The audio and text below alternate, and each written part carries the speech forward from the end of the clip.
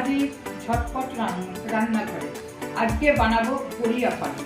বড়িয়া পালং করতে লাগবে পালং শাক 1 আটি, আলু 2টো, পেঁয়াজ 1টা, কাঁচা লঙ্কা 4টে, রসুন 6 কোয়া, আদা একটুখানি, মটরশুঁটি, টমেটো, ধনেপাতা কুচি। তেল দিচ্ছি, সর্ষের তেল দিয়ে এরপর কি করছি, এলাচ আর দারচিনিটা ছাড়ছি। এলাচ দারচিনিটা, এই এলাচ দারচিনিটা তেলটা গরম হলে এলাচ দারচিনি ছাড়লাম। এবার পেঁয়াজ আদা রসুনটা কুচি কুচি করে রেখেছি, পেঁয়াজ আদা রসুনটা ছেড়ে দিলাম।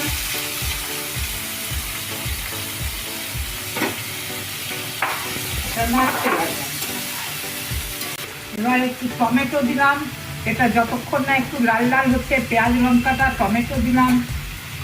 টমেটো দিয়ে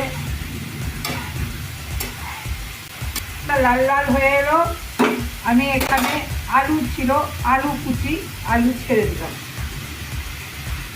ছেড়ে দিয়ে নাড়তে লাগলাম। আলুটা যেই লাল লাল হয়ে আসছে, আমি এই লঙ্কা হলুদ মিষ্টি ওগুলো সব দিয়ে দিলাম, দিয়ে নাড়তে লাগলাম। নুন হলুদ মিষ্টি। আর পালং শাকে আমি কিছুটা লঙ্কা দিয়ে রেখেছি, কাঁচা লঙ্কা দিয়ে, যাতে এটা ঝাল ঝাল মিষ্টি মিষ্টি টক টক হয়। এবার এটা আমি ছেড়ে দিলাম, লাল লাল ভাজা হয়ে গেছে, ছেড়ে দিলাম। এটা যখন শেষ বানানো হয়ে যাবে, একটু ধনেপাতা কুচি আর ঘি দিয়ে নামিয়ে দেব।